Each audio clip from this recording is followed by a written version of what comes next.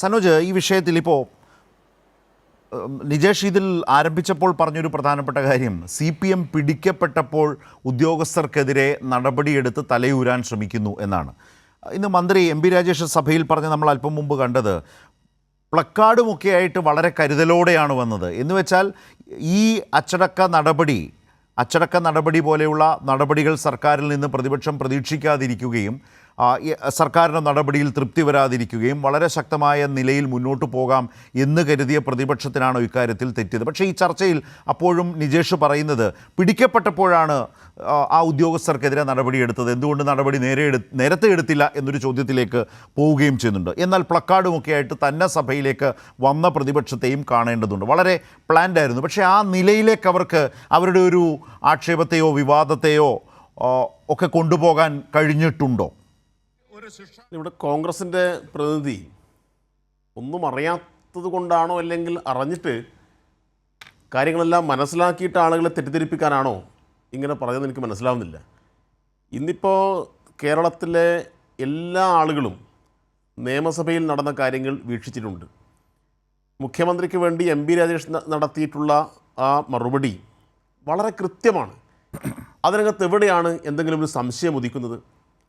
ഇപ്പോൾ ഇവരുടെ വർത്തമാനം കേട്ടാൽ തോന്നും ഇവിടെ കേരളത്തിൻ്റെ മുഖ്യമന്ത്രിയും കേരളത്തിലെ CPM കൂടി തീരുമാനിച്ച് ഇങ്ങനെ കുറച്ച് രാഷ്ട്രീയ തടവുകാരെ വിട്ടയക്കാൻ വേണ്ടിയിട്ട് അനധികൃതമായി ഒരു നീക്കം നടക്കുന്നു എന്നാണ്.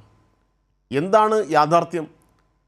നമ്മുടെ രാജ്യം സ്വതന്ത്രമായതിൻ്റെ 75-ാം വർഷത്തിൽ രാജ്യത്തിൻ്റെ വിവിധ ജയിലുകളിൽ തടവിൽ കഴിയുന്ന ആളുകളെ അവരുടെ ശിക്ഷാ കാലയളവിൽ ഇളവ് കൊടുക്കാൻ വേണ്ടിയിട്ട് കേന്ദ്രമാണ് തീരുമാനിക്കുന്നത്. അതിൻ്റെ അടിസ്ഥാനത്തിൽ എല്ലാ ജയിലുകളിലേക്കും അതുമായി ബന്ധപ്പെട്ട സർക്കുലർ കിട്ടിക്കഴിഞ്ഞാലും ഇതിനെല്ലാം സുപ്രീം കോടതി നിർദ്ദേശപ്രകാരവും സംസ്ഥാന ഗവൺമെൻറ് ഉണ്ടാക്കിയിട്ടുള്ള ചില നിബന്ധനകളെല്ലാം പ്രകാരം ഒരുപാട് കാര്യങ്ങൾ കൂടി കടന്നു പോവേണ്ടതുണ്ട്. ഇവിടെ എന്താ ഉണ്ടായത്? ഇവിടെ ജയിലിൽ കിടക്കുന്ന 59 ആളുകളുടെ പട്ടിക, അതിലാണ് ഈ പറയുന്ന കേസിലെ പ്രതികൾ പെടുന്നത്. അപ്പോൾ ആ പട്ടിക പോലീസ് ചീഫിന് അയക്കുകയാണ്. അപ്പോൾ പോലീസ് ചീഫിന് അങ്ങനെ അയക്കുന്ന ഘട്ടത്തിൽ തന്നെ ഹൈക്കോടതിയുടെ വിധി മറികടന്നുകൊണ്ടാണ്, ഹൈക്കോടതിയുടെ വിധി മനസ്സിലാക്കാതെയാണ് അല്ലെങ്കിൽ അതിനകത്തൊരു കരുതൽ കാണിക്കാതെയാണ് പട്ടിക തയ്യാറാക്കിയത് എന്ന് ഗവൺമെൻറ് ബോധ്യപ്പെടുകയാണ്. അപ്പോൾ ഇത് നേരത്തെ തന്നെ മാധ്യമങ്ങളിൽ വാർത്തയായി. മാധ്യമങ്ങളിൽ എങ്ങനെ വാർത്തയായി എന്ന് ഗൗരവമായി പരിശോധിക്കുമെന്ന് മന്ത്രി തന്നെ പറഞ്ഞിട്ടുണ്ട്. എങ്ങനെയാണ് ആ കത്തിടപാടുകൾ ചോർന്നത് എന്ന് വേറെ പരിശോധിക്കേണ്ട വിഷയമാണ്. ഇപ്പം ഏതായാലും ഇവർ നടത്തിയിട്ടുള്ള എല്ലാ പ്രചരണവും പൊളിഞ്ഞു പോയല്ലോ. ഇപ്പോൾ ഹൈക്കോടതി വിധി മറികടന്നുകൊണ്ട് സംസ്ഥാന ഗവൺമെൻറ് ഈ തടവുകാരെ വിട്ടയക്കാൻ ശ്രമിക്കും എന്ന് സാമാന്യ ബോധമുള്ള ആരെങ്കിലും ചിന്തിക്കുമോ? എങ്ങനെയാണ് ഹൈക്കോടതിയുടെ ഈ വിധിയെ മറികടന്നുകൊണ്ട് സംസ്ഥാന ഗവൺമെൻറ് അങ്ങനെ പ്രവർത്തിക്കാൻ വേണ്ടി കഴിയുക? അപ്പോൾ ശുദ്ധ അസംബന്ധമാണ് ഈ പറയുന്നത്. അപ്പോൾ അങ്ങനെ തെറ്റായ നിലയിൽ റിപ്പോർട്ട് തേടിയതിന് ബന്ധപ്പെട്ട ജയിൽ സൂപ്രണ്ടിന് ചുമതലയുള്ള ആളെ ഉൾപ്പെടെ 3 പേരെ സസ്പെൻഡ് ചെയ്തുകൊണ്ടാണ് സർക്കാർ ഈ കാര്യത്തിൽ നിലപാട് പ്രഖ്യാപിച്ചിട്ടുള്ളത്. അപ്പോൾ എന്തിനാണ് വീണ്ടും വീണ്ടും ഈ ചർച്ച കൊണ്ടുവരുന്നത്? ഈ ചർച്ചയ്ക്കൊരു ലക്ഷ്യമുണ്ട്. TP ചന്ദ്രശേഖരൻ്റെ പേര് ഇവരേതെല്ലാം ഘട്ടത്തിലാണ് ഉപയോഗിക്കുന്നത് ഞാൻ പ്രത്യേകിച്ച് പറയേണ്ട കാര്യമില്ല. അപ്പോൾ പല ഘട്ടത്തിലും ഇടതുപക്ഷത്തെ വല്ലാത്ത നിലയിൽ പ്രതിസന്ധിയിലാക്കാനും ജനങ്ങൾക്കിടയിൽ ആ നിലയിൽ ഒരു ചർച്ച ഉയർത്തിക്കൊണ്ടുവരാനും പ്രതിപക്ഷം, കേരളത്തിലെ ഒരുപറ്റം മാധ്യമങ്ങൾ വലിയ ശ്രമം നടത്തിക്കൊണ്ടിരിക്കുകയാണ്. ഇപ്പം നടത്തിയിട്ടുള്ള ശ്രമം കയ്യോടെ പിടിക്കപ്പെട്ടു. ഇപ്പോൾ ഈ അരവിന്ദൻ്റെ ഭാഷയിൽ തന്നെ പറഞ്ഞാൽ കയ്യോടെ പിടിക്കപ്പെട്ട അവസ്ഥയാണ്. നിങ്ങൾക്കിനി എന്താ ഈ കാര്യത്തിൽ പറയാനുള്ളത്? എന്താ നിങ്ങൾക്ക് ഈ കാര്യത്തിൽ പറയാനുള്ളത്? വളരെ കൃത്യമല്ലേ എം പി രാജേഷ് പറഞ്ഞിട്ടുള്ള മറുപടി? അപ്പോൾ അതിനകത്ത് ഗവൺമെൻറ് ഒരു തിടുക്കവും കാണിച്ചിട്ടില്ല. ഈ വാർത്ത ഉയർന്നു വന്ന ഘട്ടത്തിൽ തന്നെ നിയമമന്ത്രി പറഞ്ഞു, നിയമമന്ത്രി തന്നെ മാധ്യമങ്ങളോട് പ്രതികരിച്ചല്ലോ, അങ്ങനെ ഒരു നീക്കവും ഞങ്ങളുടെ ഭാഗത്തുനിന്നുണ്ടാവില്ല. പിന്നെ ഉത്തരവാദിത്തപ്പെട്ട ജയിൽ അധികാരികൾ, അതിൻ്റെ സംസ്ഥാന ജയിൽ മേധാവി പത്രക്കുറിപ്പിറക്കിയിട്ട് പറഞ്ഞു, അങ്ങനെ ഈ ഹൈക്കോടതി വിധിയെ മറികടന്നുകൊണ്ട് ഒരു ഇടപെടലും സർക്കാരിൻ്റെ ഭാഗത്തുനിന്നുണ്ടാവില്ല എന്ന് വളരെ കൃത്യമായി പറഞ്ഞല്ലോ. പിന്നെ എന്തിനാണ് ഒരു സബ്മിഷൻ ഉന്നയിച്ചുകൊണ്ട് വീണ്ടും സഭയുടെ സമയം കളഞ്ഞത് എന്ന ചോദ്യത്തിന് യഥാർത്ഥത്തിൽ പ്രതിപക്ഷമാണ് മറുപടി പറയേണ്ടത്. ആ ചോദ്യത്തിന് നിജേഷ് അരവിന്ദ് മറുപടി പറയേണ്ടതുണ്ട്, കേരളത്തിൻ്റെ പ്രതിപക്ഷം മറുപടി പറയേണ്ടതുണ്ട്.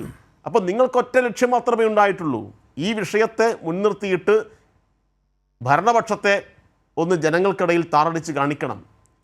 ഭരണപക്ഷം ഇതാ, ഗവൺമെൻറ് ഇതാ അനധികൃതമായിട്ട് കുറേ ആളുകളെ വിട്ടയക്കുന്നു എന്ന് നിങ്ങൾക്ക് സ്ഥാപിക്കണമായിരുന്നു. എല്ലാം പൊളിഞ്ഞുപോയി. എന്തൊക്കെയാണ് നിങ്ങൾ പറഞ്ഞത്? ജയിൽ ഉപദേശക സമിതി തീരുമാനമെടുത്തു എന്നാണ് പറഞ്ഞത്. ജയിൽ ഉപദേശക സമിതി അങ്ങനെ തീരുമാനമെടുത്താൽ പ്രതികളെ മോചിപ്പിക്കാൻ വേണ്ടി കഴിയുമോ? പ്രതികളെ മോചിപ്പിക്കാൻ വേണ്ടി കഴിയില്ല. വളരെ കൃത്യമായി പറയുന്നു. ഇനിയിപ്പോൾ അഥവാ ഇനിയിപ്പോൾ അങ്ങനെ പട്ടിക കൊടുത്താൽ തന്നെ അത് ക്യാബിനറ്റ് നോക്കണം. ഇപ്പം ഇത് പരിശോധിക്കുന്ന സമിതി ഉണ്ടല്ലോ, ഇപ്പോൾ ജില്ലാ ജഡ്ജി, ഹൈക്കോടതി ജഡ്ജി, ഇവരെല്ലാം അംഗമായിട്ട് സമിതി പരിശോധിച്ച് കൊടുത്ത പട്ടിക തന്നെ ക്യാബിനറ്റ് തള്ളി അനുഭവം ഇവിടെ ഉണ്ടായിട്ടുണ്ട്. ഇപ്പോൾ ഇവിടെ 25/11/2022 സർക്കാർ ഉത്തരവിലെ മാനദണ്ഡപ്രകാരം പരിഗണിക്കേണ്ട തടവുകാരുടെ പട്ടിക ജയിൽ മേധാവി സർക്കാരിൽ ലഭ്യമാക്കിയിരുന്നു. പട്ടികയിൽ അനർഹർ ഉൾപ്പെട്ടതായി കണ്ടതിനാൽ മാനദണ്ഡങ്ങൾ കർശനമായി പാലിച്ചുകൊണ്ട് പുതിയ പട്ടിക സമർപ്പിക്കുവാൻ ആഭ്യന്തര അഡീഷണൽ ചീഫ് സെക്രട്ടറി 3/6/2024 ജയിൽ വകുപ്പ് മേധാവിക്ക് നിർദ്ദേശം നൽകിയിട്ടുണ്ട്. ഇത് വളരെ കൃത്യമായിട്ട് സഭയിൽ പറഞ്ഞിട്ടുണ്ടല്ലോ, ഇത് ജനങ്ങളുടെ മുമ്പിലുണ്ടല്ലോ. അപ്പോൾ ഒരു നീക്കവും നടന്നിട്ടില്ല. ഗവൺമെൻറ്റിന് മുന്നിൽ അങ്ങനെ ഒരു കാര്യം എത്തിയിട്ടുമില്ല. അപ്പോൾ ഗവൺമെൻറ്റിന് മുന്നിൽ അങ്ങനെ പരിഗണനയ്ക്ക് ഒരു കാര്യം എത്തിയാലല്ലേ ഇങ്ങനൊരു നിലപാട്, ഇങ്ങനൊരു ആരോപണത്തിന് എന്തെങ്കിലും തരത്തിലുള്ള പ്രാധാന്യമുള്ളൂ. അപ്പോൾ നിങ്ങൾ ഉന്നയിച്ച ആരോപണത്തിന് തന്നെ ഒരു തരത്തിലും സാധുവില്ലാത്ത കാര്യമാണ്. ഇടതുപക്ഷ ഗവൺമെൻറ് അങ്ങനെ ഒരു കാര്യത്തെക്കുറിച്ച് ആലോചിച്ചിട്ടേയില്ല. എന്നാൽ സൂപ്രണ്ട് ജില്ലാ പോലീസ് മേധാവിക്ക് നൽകിയിട്ടുള്ള ലിസ്റ്റിൽ ഈ പറഞ്ഞ കേസിലെ പ്രതികളുടെ പേര് വന്നു. അത് യഥാർത്ഥത്തിൽ സൂപ്രണ്ട് തന്നെ നോക്കണമായിരുന്നു. അതിൽ വീഴ്ച വന്നിട്ടുണ്ട്. ഇനി അതിനകത്ത് എന്തെങ്കിലും ഗൂഢാലോചന നടന്നിട്ടുണ്ടോ എന്ന് പരിശോധിക്കേണ്ട കാര്യമുണ്ട്. സൂപ്രണ്ട് പോലീസ് സൂപ്രണ്ടിന് അയച്ച കത്ത് ചോർന്നിട്ടുണ്ട്.